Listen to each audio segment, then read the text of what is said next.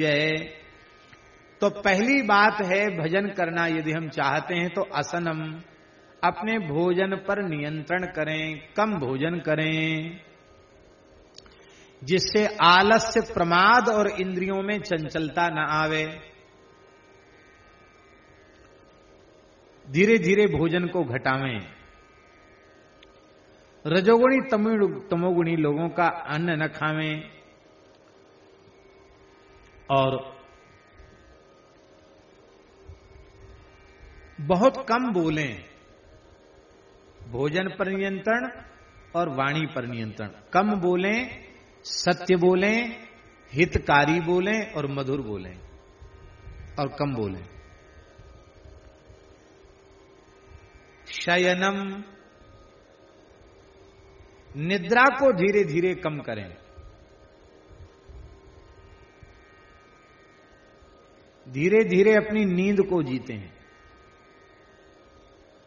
मुर्दे के जैसे 8-8 घंटे तक पड़े रहना ये बहुत अच्छी बात नहीं। वैसे डॉक्टर तो वे तो सुप्रीम कोर्ट के जजों का इलाज करने वाली बहन जी बैठी हैं तो सोचती होंगी कि ये क्या महाराज बोलते चले जा रहे हैं।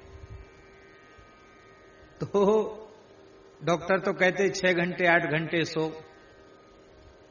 लेकिन भैया ये डॉक्टर सामान्य लोगों से कहते हैं यदि ईमानदारी से कोई भजन करना चाहता है तो उसे बहुत अधिक निद्रा नहीं लेनी चाहिए।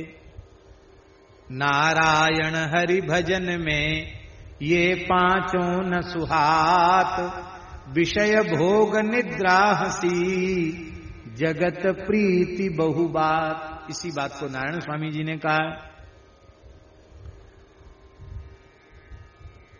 आपको स्मरण में होगा महाराज जी के पास एक पंडित जी आते थे, करौली वाले पंडित जी, पूज्य पंडित श्री गंगादत्त जी व्यास, भागवताएं जिन्होंने लिखा। तो वे कुछ काल महात्मा गांधी का भी संग उन्होंने किया था। श्री महात्मा गांधी जी का संग किया था कुछ काल उन्होंने। बाद में फिर वो दूसरे तरफ हो गए। तो उन्होंने ये बात बताई, महाराज जी को बताते थे, मेरे सामने की बात है। उन्होंने कहा महाराज जी महात्मा गांधी में कई विशेषताएं थी, एक बड़ी भारी विशेषता बोले मैंने निकट रह के देखी। क्या विशेषता देखी? बोले वो 1.5 घंटे में अपनी नींद पूरी करते थे। काफी समय तक उनके साथ हम रहे, केवल 1.5 घंटे सोते थे, बाकी समय हमेशा क्रिया करते रहते थे। आहार बहुत कम था उनका, बहुत सूक्ष्म आहार था। और कहते एक तो ये विशेषता मैंने देखी और दूसरी विशेषता ये देखी कि वो आजान बाहु थे, भुजाएं उनकी बहुत लंबी लंबी थी। तो भाई उन महानुभाव को इतना यश जाने के बाद भी पूरे संसार में उनको यश मिल रहा है तो उसके पीछे जरूर उनकी विशेषताएं तो जीवन में रही ही हैं। उनको कोई भी नकार नहीं सकता और किसी को नकारना भी नहीं चाहिए। विशेषताएं उनकी थी। निद्रा कम, आसनम, संभाषणम, शयनम और एकांतम खेदवर्जितम। जितनी देर सत्संग हो उतनी देर भीड़ भाड़ में रहे और बाकी अधिक समय भीड़ भाड़ से बच के रहे, भजन यदि करना चाहता है तो। ये शर्त ये है। और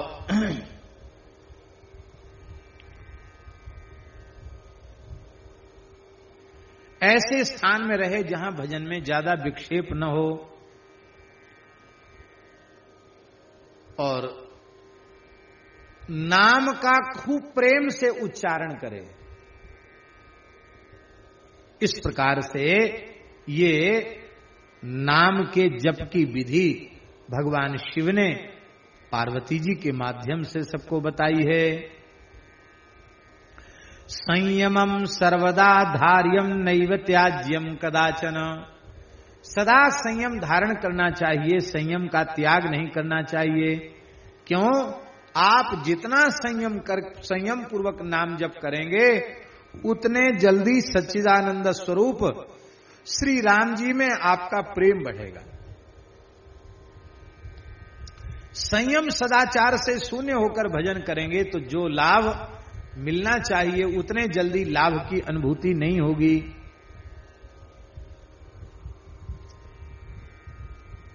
अब एक बात और शंकर जी कह रहे हैं। शंकर जी कह रहे हैं नाम जप का अभ्यास बढ़ाने के लिए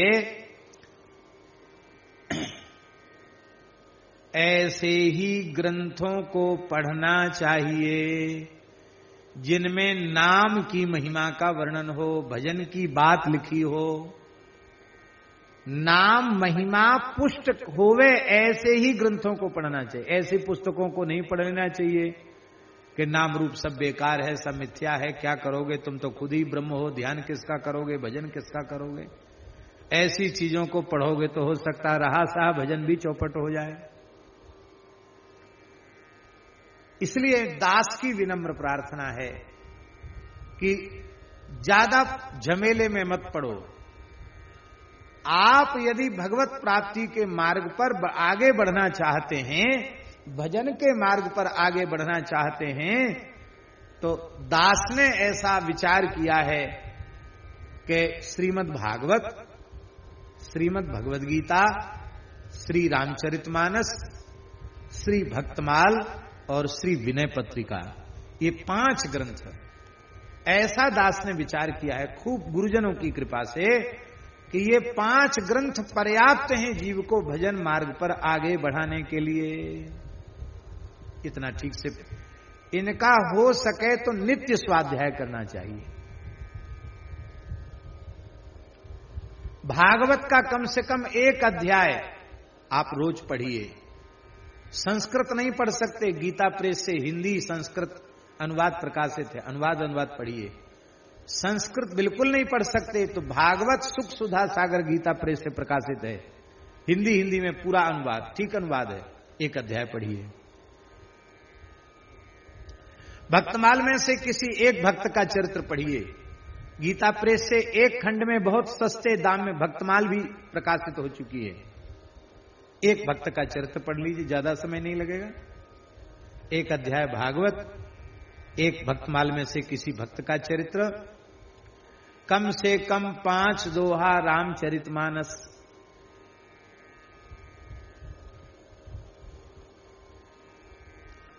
और 1 अध्याय श्रीमद् भगवद गीता। कितने हो गए? 4 ग्रंथ हो गए। और वैसे बहुत अच्छा हो कि 11 पद विनय पत्रिका के नित्य पढ़े जाएं ठीक से। इतना भी नहीं हो सकता है तो भाई कम से कम 1 पद तो प्रेम पूर्वक रोज विनय पत्रिका का पढ़ो। इतना स्वाध्याय आप प्रेम से रोज करो। श्रीमद् भागवत, श्रीमद् भगवद गीता, श्री रामचरितमानस, श्री भक्तमाल, श्री विनय पत्रिका। और हम ऐसा विचार करते हैं कि इन 5 का जितना हमने बताया इनके स्वाध्याय में 1.5 घंटे से अधिक नहीं लगेगा। इनका रोज इतना स्वाध्याय करें तो आपका भजन बढ़ेगा, भजन पुष्ट होगा, भजन में आपकी रुचि बढ़ेगी। ये भगवान शिव बोल रहे हैं, प्रथमाभ्यास काले च ग्रंथम नामात्मकम सुधी। नाम निष्ठा पुष्ट हो ऐसे ग्रंथों को पढ़े। द्वितीयाम एकयाम अम्बा चिंते धिप्रयत्नतः। यहां तो याम लिखा है, याम माने होता है 3 घंटे स्वाध्याय में देना चाहिए, भजन बढ़े इसके लिए, ऐसा लिखा है।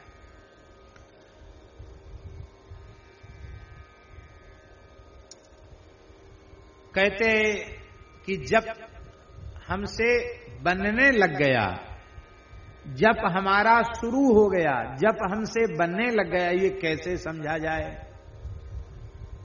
माला तो रोज जप रहे हैं 25,000 50,000, लेकिन अब हमारा भजन बनने लग गया, ये हम कैसे समझें? तब तक भजन की कोशिश हो रही है, प्रयास हो रहा है, भजन बनना कब माना जाएगा? भगवान शिव कह रहे हैं पार्वती जी से, यदा नाम निलयम याति चित्तम क्लेश विवर्जितम तदा न चिंतयेत किंचिल लब्ध्वा ह्यानंद मंदिरम।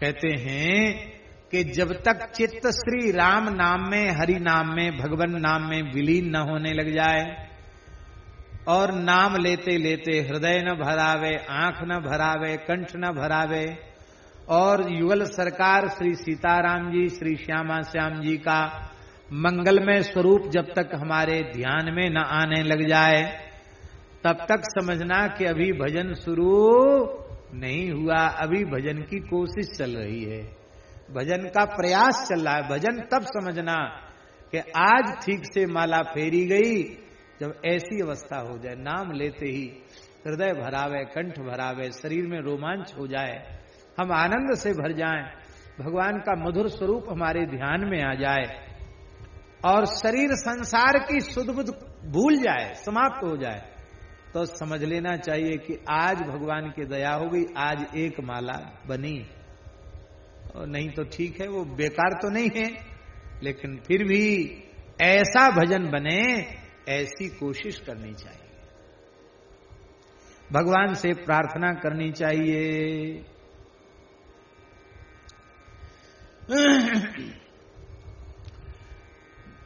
पद्म पुराण में ही ब्रह्मा जी नारद जी से कह रहे हैं, अभी हम शिव पार्वती की बात कह रहे थे और अब हम ब्रह्मा जी और नारद जी की बात कह रहे हैं, बाप बेटा की बात। ब्रह्मा जी पिता हैं, नारद जी पुत्र हैं। ब्रह्मा जी कहते हैं, बेटा नारद,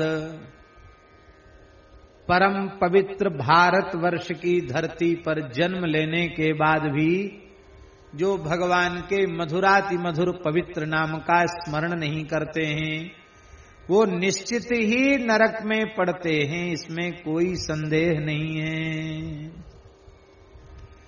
क्योंकि चिंतामणि समम कायम लब्ध्वा वै भारते मलम संस्मरेन्न परम नामो मोहात् सपतति ध्रुवम मानुषम दुर्लभम प्राप्य सुरैरपि समर्चितम जप्तव्यम सावधानेन राम नामाखिलेष्टिदम।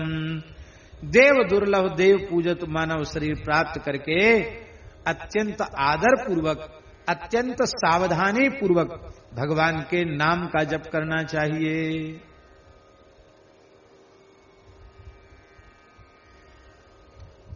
श्री राम नाम का महात्म्य सुन करके, वेदों का भी सार सर्वस्व राम नाम है यह जान करके, श्रुत्वा श्री नाम महात्म्यम यथार्थम श्रुति पूजितम सर्वाशाम संविहायासु स्मर्तव्यम सर्वदा बुधैहि।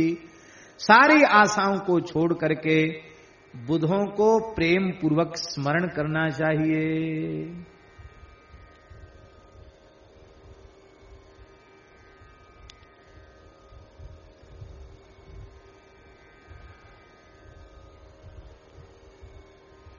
पद्म पुराण में एक बात ब्रह्मा जी ने नारद जी से बड़ी विलक्षण कही है।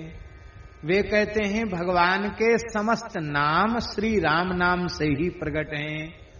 इसलिए तो मानस जी में गोस्वामी जी ने इसी भाव को, विष्णु नारायण आदीनी नामानि चामि चामितान्यपि तानि सर्वाणि देवर्षे जातानि राम नामतः, इसी बात को गोस्वामी जी ने अपने शब्दों में कहा है।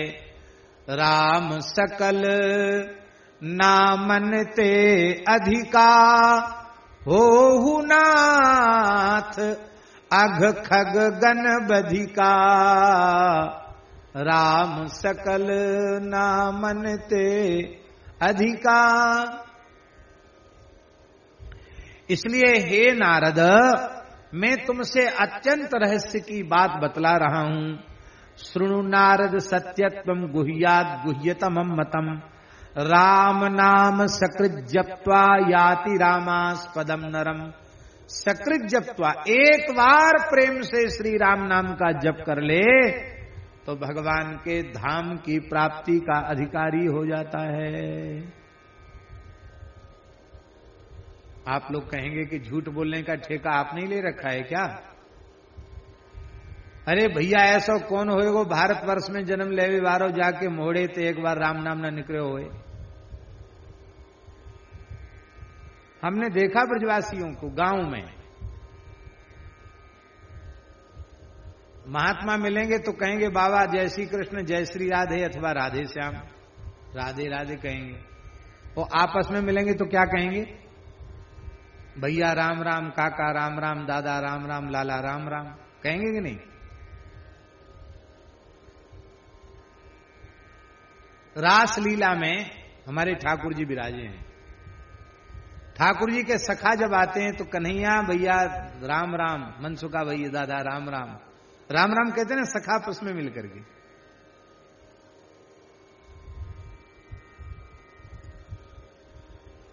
तो राम राम तो सब करते हैं।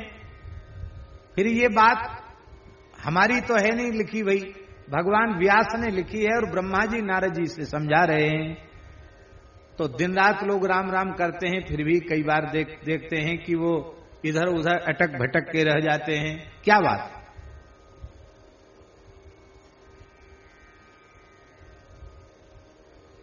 इसका केवल एक ही आशय है। चलो बहुत सरलता से बता देते हैं। अब तो आजकल की माताओं को तो भजन की फुर्सत नहीं है, पर बड़ी बूढ़ी माताएं माला लेके बैठती, तभी उनको पूरा संसार याद आता। सीताराम सीताराम सीताराम सीताराम, ए बहू दार में नौन कम डारी हो, सीताराम सीताराम, ए साग में मिर्च कम डारी हो, सीताराम सीताराम, ए भैंसे पानी पियाई दो, सीताराम सीताराम, ए खेत पे कोई कलेवा लेके गयो कि नहीं, सीताराम सीताराम। भाई सीताराम सीताराम तो हो रही, पर सब दुनिया की चिंता तुम्हें बनी भई है। फिर हे भगवान मैं मरूं तो मर जाऊं भले, पर पोती के हाथ पीरे कर जाऊं। अरे राम राम, पोती के हाथ पीरे हुए चाहे लाल हुए, बातें तेरो कौन सो कल्याण होएगो नहीं होएगो। ये बात भजन तो करते हैं, पर भजन का फल संसार की कामनाओं की पूर्ति में भटकता चला जाता है। इसलिए भजन जिस श्रद्धा से नाम लेना चाहिए, जिस प्रेम से नाम लेना चाहिए, जिस विश्वास से नाम लेना चाहिए, उस विश्वास से यदि एक नाम ले लिया जाएगा तो एक नाम से ही प्राप्ति हो जाएगी। तो ऐसा विश्वास हमारे जीवन में आवे, उसके लिए जीवन भर नाम लेना है। ठीक है? उस एक नाम, वो एक नाम जो है, वो एक नाम निकले, उसके लिए जीवन भर नाम लेना है। इसलिए संत नाम जप की बात करते हैं, हरि नाम जप की बात इसलिए कही जाती है। तो बार बार हम हरि गुरु संत गौ ब्राह्मण माता पिता इनका अपमान भी करते हैं और भजन भी करते हैं कि हम भजन करें। अब आप सोचो कि भगवान श्री राम अपने पिता के सत्य की रक्षा करने के लिए अयोध्या की राजगद्दी छोड़कर 14 वर्ष जंगल में भटके और खूब 12 तिलक नहीं 24 तिलक लगावे और चाय जीते एक माला पहने और खूब राम राम करो, पिता माता को गारी दे। तो हम तो समझते हैं उसके भजन से राम जी कभी राजी नहीं होंगे। भगवान श्री कृष्ण कंसवध के पश्चात कारागार में गए, वसुदेव देवकी को कारागार से मुक्त किया तो भगवान ने चरणों में प्रणाम किया, भगवान रोने लग गए। तो देवकी वसुदेव जी ने पूछा लाला तू रोवे क्यों? तो ठाकुर जी ने वहां कहा है कि हमारी इतनी आयु बेकार चली गई, हमने आपकी सेवा नहीं कर पाई। क्या कहना, भगवान का वाक्य है, हमारे मन का वाक्य, भागवत जी का श्लोक है, सर्वार्थ संभवो देहो जनिता पोषितो यथा। भगवान कहते हैं धर्म अर्थ कामोक्ष देने वाला शरीर हे माता पिता आपकी कृपा से मिलता है। इसलिए सैकड़ों वर्षों तक पुत्र पिता माता की सेवा करे तो भी उसके उपकार से उऋण नहीं हो सकता है। हम आपकी अब तक सेवा नहीं कर पाए, आपने हमारे कारण बड़े कष्ट सहे, आप हमारे अपराध को क्षमा कर देंगे। धन्य है। भगवान यहां तक कह रहे हैं जो अपने माता पिता का, जिन माता पिता ने जन्म दिया पोषण किया, बुढ़ापे में उनकी सेवा नहीं करता, उनका पोषण नहीं करता, कहते वो मरने के बाद यमलोक जाता है, वहां उसको भयंकर भूख लगती है उसी के शरीर का मांस नोच कर यमदूत उसी को खिला देते हैं। भागवत जी में लिखा है 10वें स्कंद में। मातृ पितृ भक्ति। तो हम हरि गुरु संतों के अपमान से बचें, माता पिता की भक्ति करें, किसी भी प्राणी का तिरस्कार। फिर देखो राम राम करो, देखो कितने जल्दी उन्नति होती है? अब आपकी टंकी में पानी चढ़ाने वाला पाइप 2.25 इंच का है और 6 इंच को 8 इंच को बम्बा खुलो भयो है टंकी में थे, तो चाहे जितनी बढ़िया मोटर हो चढ़ाते रहो पानी, टंकी तो भरेगी नहीं। ये अपराध के बम्बा खुले हुए हैं तो सब भजन नष्ट होता चला जा रहा है। इसलिए अपराध से बचकर श्री रामकृष्ण नारायण में भेद न समझे, श्री रामकृष्ण नारायण के उपासकों में भेद न समझे, किसी की निंदा किसी का तिरस्कार न करे, पर निंदा पर चर्चा से बचते हुए माता पिता गौ ब्राह्मण संत अतिथि सबकी सेवा सबका सत्कार करते हुए भजन करो, देखो कितने जल्दी उन्नति होती है। लेकिन हमने भजन की परिभाषा भी अपने मन के मुताबिक मान रखी है। हम समझते बस यही भजन है। बोलो भक्तवत्सल भगवान की जय। एक सज्जन के पिता अत्यंत बीमार थे। अब हम सज्जन इसलिए कह रहे हैं कि हमारी भाषा ही यही है, हम दुर्जन कहें ये हमारी वाणी से अच्छा नहीं लगेगा, इसलिए हम सज्जन बोल रहे हैं। लेकिन आप समझ लेंगे कि वे कैसे सज्जन थे। उनके पिता मरणासन्न थे और वो बद्रीनाथ चले गए। पिताजी की तो हालत यह है कि वे अब गए कि तब गए और तुम्हें बद्रीनाथ जी सूझ रहे हैं। हम कहते नहीं, तुम सिर के बल बद्रीनाथ घूम आओ तो भी बद्रीनाथ तुम्हारा कल्याण नहीं कर पाएंगे। और हुआ ऐसा ही, वो बद्रीनाथ गए और पिताजी जहां जाना था वहां चले गए। अंतिम दर्शन, अंतिम संस्कार और अंतिम सेवा का सौभाग्य भी नहीं मिला। अरे भाई, आपके घर के सबसे बड़े तीर्थ आपके पिता माता हैं। हमने ऐसा पुराणों में पढ़ा है कि तीर्थ यात्रा का सैकड़ों गुना पुण्य मिलता है जब पुत्र अपने वृद्ध पिता माता को श्रद्धा पूर्वक सेवा करते हुए तीर्थ यात्रा कराता है, उनके हाथ से तीर्थों में दान पुण्य कराता है, तो तीर्थ यात्रा का पुण्य सैकड़ों गुना बढ़ जाता है। हमारे 84 कोस ब्रज में आदि बद्री केदारनाथ ये सब तीर्थ क्या है? नंद बाबा रोइवे लगे, लाला हमने मनौती करी, जब तेरो जन्म ना है वह तो मनौती करी, कह हमारे लाला है जाए तो हम 4 धाम करेंगे, पैदल पैदल बद्रीनाथ केदारनाथ गंगोत्री जमुनोत्री रामेश्वरम जगन्नाथपुरी सब जगह जाएंगे। अब लाला मेरो बुढ़ापो है और तोय छोड़ के कैसे जाऊं, बड़ी समस्या है, बड़ो संकट है, कहा कि हो जाए। तो ठाकुर जी ने कही, बाबा तुम चिंता मत करो, तुम्हारी प्रतिज्ञा पूरी है जाएगी। कैसे? मैं सबरे तीर्थन्य ब्रज में ही बुलाऊं। और ठाकुर जी बैलगाड़ी में बैठे और चलो बाबा बद्रीनाथ जी के दर्शन कराएं, चलो बाबा केदारनाथ जी के दर्शन। हमारे ब्रज में सबरे तीर्थ आएंगे, सबरे देवी देवता आ गए। तो ठाकुर जी ने आदर्श प्रकट किया। छोटे से लाला कन्हैया ने, बलराम जी ने अपने मैया बाबा को ब्रज में संपूर्ण तीर्थन के दर्शन कराए। बोलो भक्तवत्सल भगवान की जय। तो इसलिए हमारा भजन लगता नहीं है, इसलिए सबकी सेवा करते हुए है, प्रतिकूल धर्म प्रतिकूल जो कर्म है उनका त्याग करते हुए भजन करना चाहिए। सर्वेषाम हरिनाम नाम वै वैभवम राम नामतः ज्ञातम मया विशेषेण तस्मात् श्री नाम संजप। कहते राम नाम का जो वैभव है उसको हमने ब्रह्मा जी कहते जान लिया करोड़ों वर्ष की साधना करके। इसलिए बेटा नारद तुम राम नाम का खूब जप करो। क्षणार्धम जानकी जानेर नाम विस्मृत्य मानवा महादोषालम याति सत्यम वच्मि महामुने। बेटा तुम आधे क्षण के लिए भी जानकी नाथ भगवान के नाम को नहीं भूलना। सबसे बड़ा दोष, सबसे बड़ा पतन यही है कि आधे क्षण के लिए भगवान को भूल जाना। राम नाम के प्रभाव को वही जान पाते हैं जो श्री सीताराम जी का ध्यान करते हुए राम नाम का जप करते हैं। बोलो भक्तवत्सल भगवान की जय।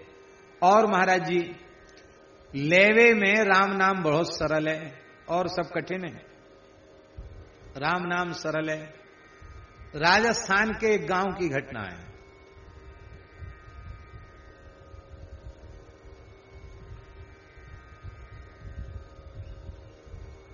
गांव में गुजर मीणा ज्यादा थे और पंडित जी का एक घर, जगदीश पंडित जी पहले पुलिस में अच्छे पद पर थे, बाद में सेवानिवृत्त हो गए। अभी भी ये पंडित जी, जगदीश पंडित जी बड़े अच्छे सज्जन आदमी। तो पंडित जी ने कही, भैया तुम लोग कुछ महीना में कम से कम एकाध तो भजन कीर्तन गांव में कचू होना चाहिए। हम रिटायर्ड होके गांव में आ गए। बोले हाँ पंडित जी जरूर होना चाहिए। तो एकादशी को कीर्तन निश्चित हुआ। इस बार की एकादशी इनके यहां। तो पंडित जी ने कहा सबसे पहले हमारे घर से शुरू करो। तो पंडित जी के घर में सबसे पहली एकादशी भई। कौन सा कीर्तन होएगा? तो हरे राम राम राम हरे हरे, हरे कृष्ण कृष्ण कृष्ण हरे कीर्तन हुआ। तो पंडित जी बोले कि हम तो अपने परिवार सहित बोलेंगे हरे राम राम राम हरे हरे, तुम लोग हरे कृष्णा करना। किया। रात में 3-4 घंटा कीर्तन हुआ, फिर प्रसाद बटा, सब जाने लगे। बोले अगला कीर्तन अब किसके घर में होएगा? तो गांव के लोग बोले, गुजर मीणा बोले, पंडित जी अब आए होगा कीर्तन। क्यों? बोले सरल सरल हिंदी वालो तो तुमने ले लियो, संस्कृत वालो हमको गाए दियो। हरे कृष्ण को उन्होंने संस्कृत वाला कहा और राम राम को हिंदी वाला कहा। बोले अब संस्कृत वालो तो तुम बोलियो और हिंदी वालो हम बोलेंगे तो होगा कीर्तन, नहीं तो ना होगा पंडित जी कीर्तन। इसी महुआ दौसा के आसपास की बात है। इधर में सब ब्रजभाषा ही चलती है। तो नाम बड़ा कठिन है और राम नाम तो कोई भी ले सकता है, बहुत सरल नाम है। बोले हम तो कृष्ण उपासक हैं, हम राम राम क्यों करें? बड़े सुंदर सुंदर भाव है। अभी कभी हम सुनाएंगे, आज तो समय पूरा हो रहा है, हम सुनाएंगे भगवान श्री कृष्ण ने राम नाम की महिमा का वर्णन किया पुराण में, स्कंद पुराण में, पद्म पुराण में भगवान श्री कृष्ण राम नाम की महिमा का वर्णन कर रहे हैं, वो हम सुनाएंगे। और राम नाम का अर्थ हम निवेदन करते हैं।